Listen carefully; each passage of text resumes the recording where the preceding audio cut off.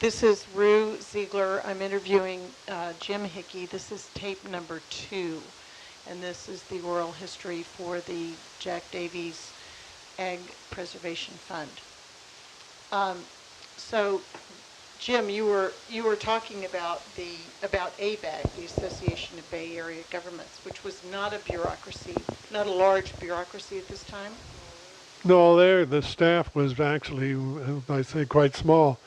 I was the only planner. I was hired at the time, and I had to put the staff together. Eventually, I wound up with a staff of maybe 10 people. And the association was fairly new as an organization. It had only been created about 2 years before I came on board. And my job was to do the regional plan and get it adopted. Other than that, no problems.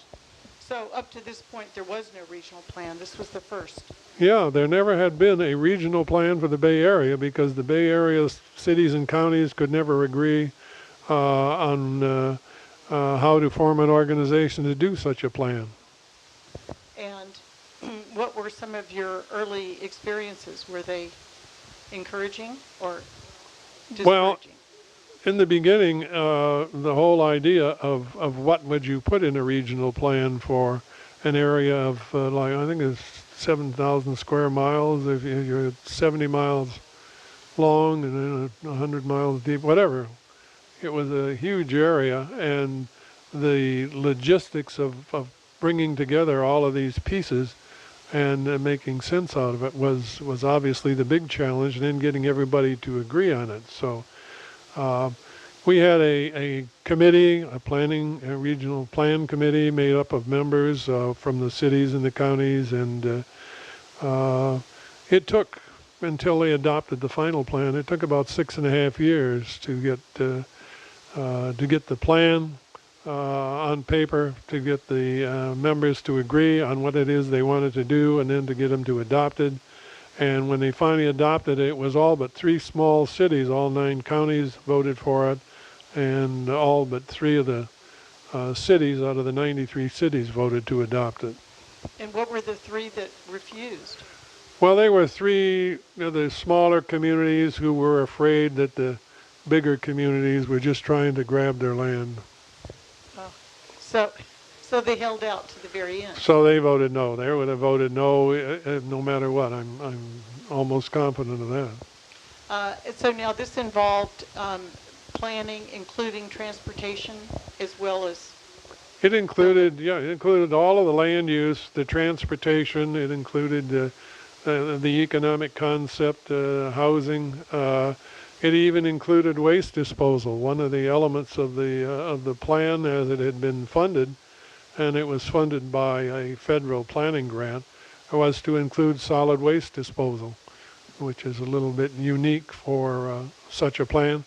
And part of the general plan was the Bay shoreline. At that time, the Bay Conservation Development Commission had been created, and they were doing a shoreline plan. And our shoreline plan turned out to be more conservative than their shoreline plan, which they adopted. Well, so which one took precedence?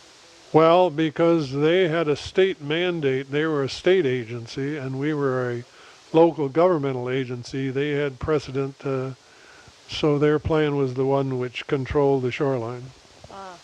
What was the population of the Bay Area at that time?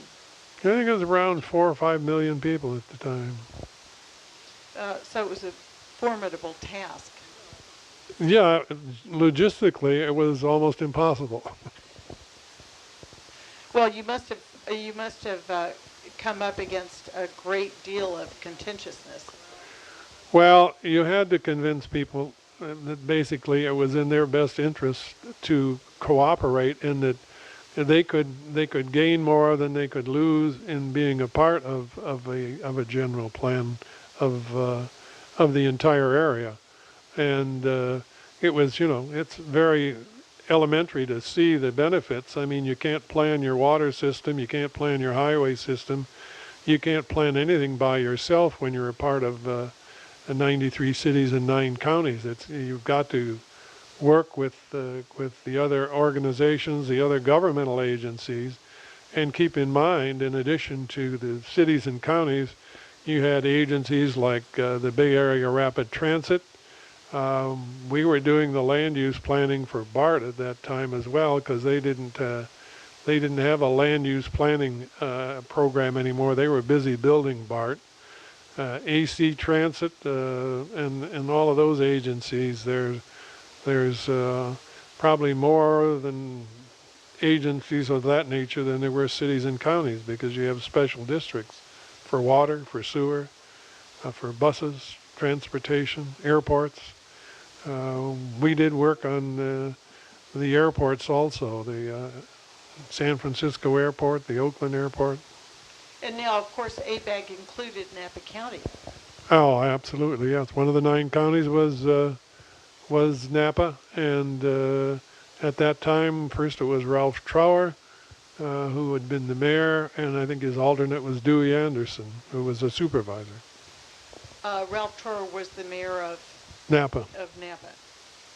Napa City. Right. So you had quite a bit of experience with Napa County through ABAG, obviously. Oh yeah, in the 6.5 years that we worked on the regional plan for ABAG, we worked on each of the counties, their planning concepts, their planning programs, and we had a committee of planning directors, so we knew all of the planning directors in the Bay Area at that time, because of the fact that they were a part of a committee to work on the preparation of the plan. Now, who was the planning director in Napa County at the time? Vernon Cotter was the gentleman's name, and he was the planning director in 1968 when they came up with the ag preserve idea. And was he a pro-development or pro-preservation? Oh, I think Vernon, he played a role in the development of the concept of the ag preserve. He was the planning director at the time, and he worked on the development of the concepts for the preserve that were incorporated in the draft that was approved by the county, and worked with the legal department in the drafting of it. Now, so what role did you, as ABAG, play, if any, in the Ag Preserve of 1968? Well, in 1968, I didn't play much of a role at all in it, because it was entirely a local action initiated by the Board of Supervisors, the Planning Commission, and implemented by the staff at the time. In 1968, the Association of Bay Area Governments had finally agreed on a plan concept from the preliminary regional plan, which was the first step in getting to the final plan and getting it adopted, and that took an additional couple of years to get them to do that. But 68, when Napa County was adopting the Ag Preserve, the Association of Bay Area Governments was adopting the preliminary regional plan. Simultaneously. Yeah, at the same time. Mm-hmm. And now, what happened in 1970? Did you leave ABAG at that point? Well, my job they hired me to come in and do the plan, and I could see from the way things had been going for the last 6.5 years that even with the plan, they were going to adopt the plan, but that was maybe as much as would ever happen with it. It would simply be the document that they relate to and refer to, but not one that anybody was committed to actually implementing. And we had a number of experiences which demonstrated that. So I felt I'd completed the job they'd hired me to do. The plan was completed. They had adopted the plan. And I was very much interested in what had happened in Napa County with the agricultural preserve. So I may be one of the few people who came to Napa County because of the preserve, I thought it was a great idea. I thought it was a serious commitment to some serious planning as opposed to the usual agriculture is simply a holding action until you can get some industry or some commercial or some housing to occupy the area. Had you ever encountered a similar county ordinance or movement, grassroots movement? Well, there was no similar ordinance or movement you could compare it to, but there are, there were instances in some of the other jobs I had where agriculture was considered more than just a holding action. That it was an important resource. In one of the Ohio planning jobs, we used agricultural soils information relative to septic tank usage in certain areas where the soil wouldn't absorb effluent. You simply couldn't build. They were just designated basically as no building areas. They had to remain in agriculture. I mean, that was a long time before the ABAG plan. And now, just for the record, you showed me two copies of the general plan. One was that that ABAG. Yeah, one was the preliminary plan, which was the first presentation of the concept, and the thing that we had to do at those days, we had to add up all of the existing general plans that were adopted in the area and show what that would look like if that was going to be the future. That's what it would look like, all those general plans put together. But there was a little quirk in the law at that time which said you had to have a general plan to have zoning, but the zoning didn't have to look anything like the general plan.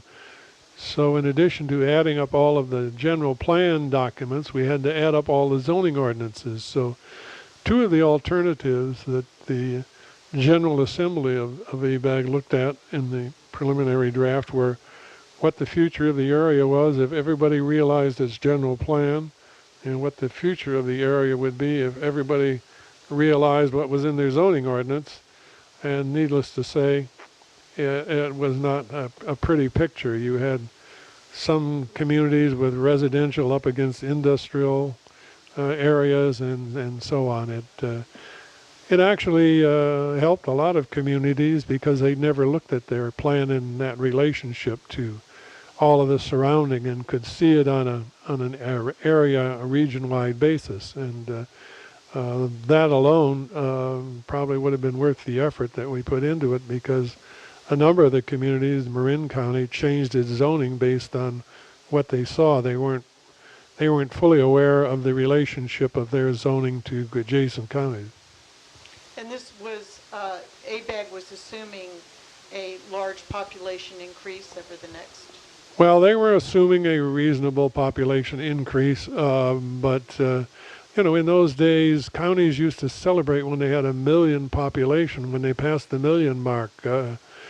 Santa Clara County had a big to-do, a community celebration. They had 1 million people.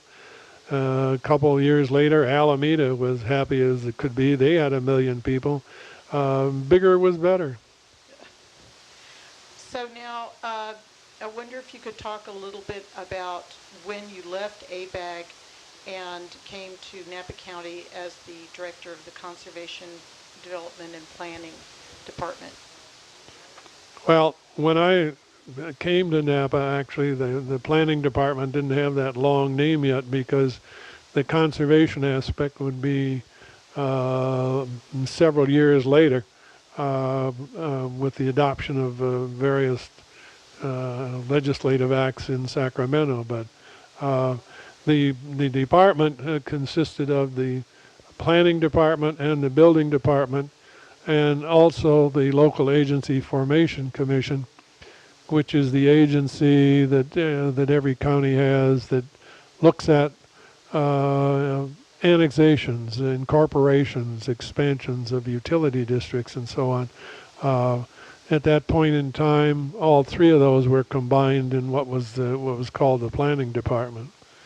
later on, when the state of California passed a whole bunch of conservation laws, and you begin to get into environmental impact reports and so on, that's where the conservation came in, and that's when the name of the department was changed to Conservation, Development, and Planning, and the conservation was for the environmental impacts, the development was for the building inspection, and the planning was for the planning function.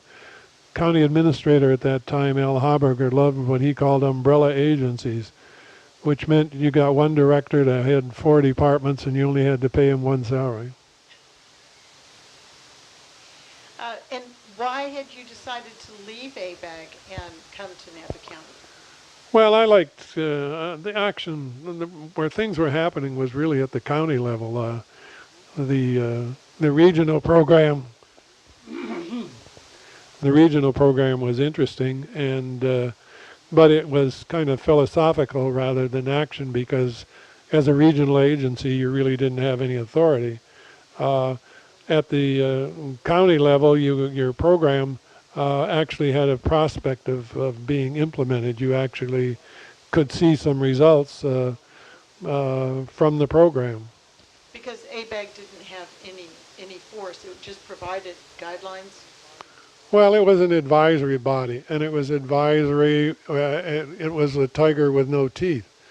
Everybody thought ABAG was going to take over, but ABAG had no way of doing anything other than coordinating. They were a coordinating agency. And what was Napa County's reaction to the ABAG plan? Well, they thought it was good for the county because it picked up the concept of agriculture in the valley floor and so on, which was one of the primary concepts in the regional plan was the preservation of agricultural land, and so it fit the county's concept of a new plan.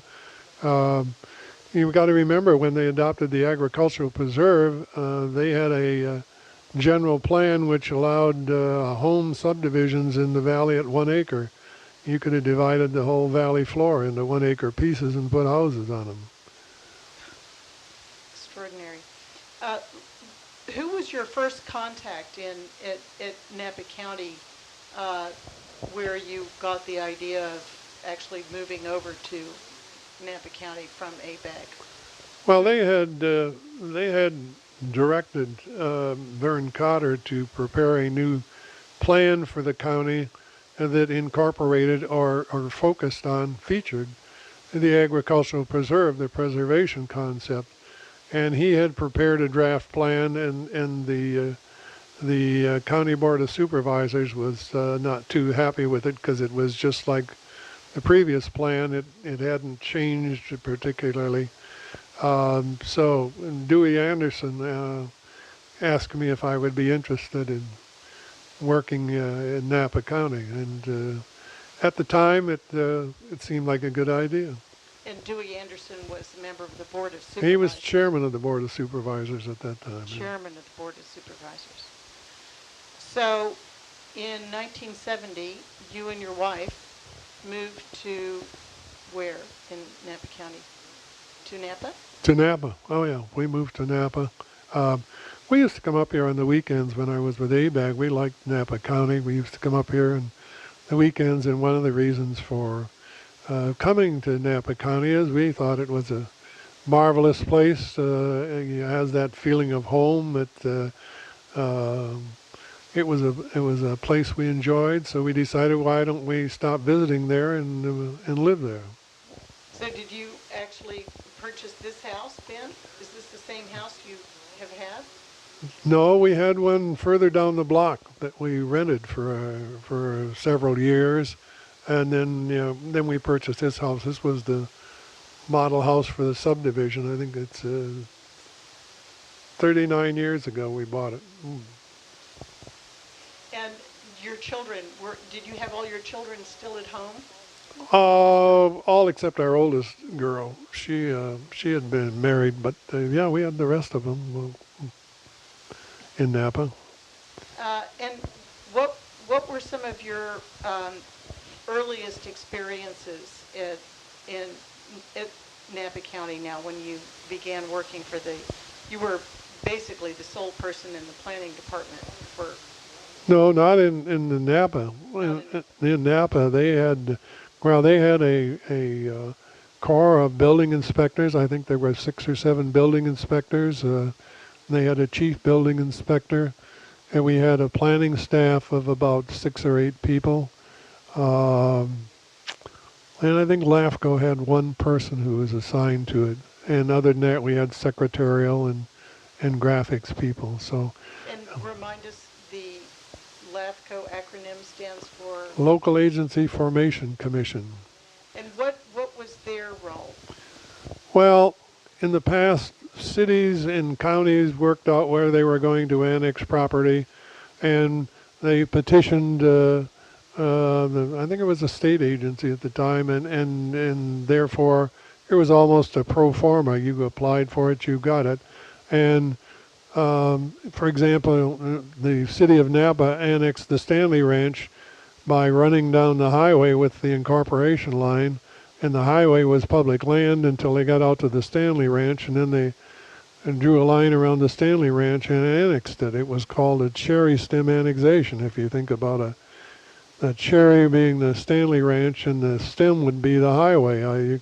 You could run up highways and down rivers, and so the state legislature created an agency that was made up of 3 supervisors and 3 representatives from the cities, and between those people they picked 1 public member. So you had, in theory, the public member could be the deciding vote.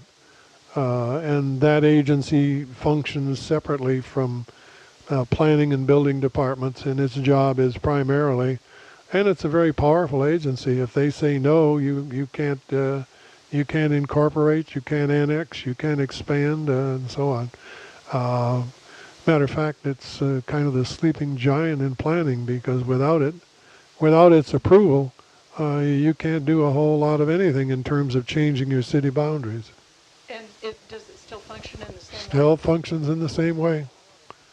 And only now it's a separate agency in Napa County. Well, I think it was 17 years it was in the planning department, and then the county administrator, they changed county administrators, and he moved it up to the county administrator's office, which some counties use the CAO's office for the LAFCO instead of the planning. And then I think there was some additional interpretation of state law, and now it's a separate agency. It's not even in the county building anymore. How long are the terms of the officers?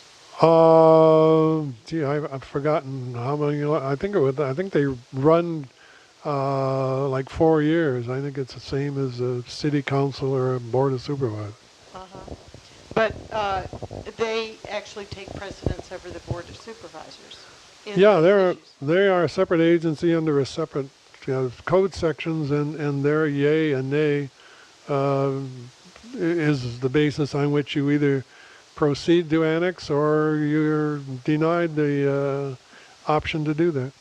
And how are the members of LAFCO selected today? Well, like I say, the Board of Supervisors usually appoints some member of the board to serve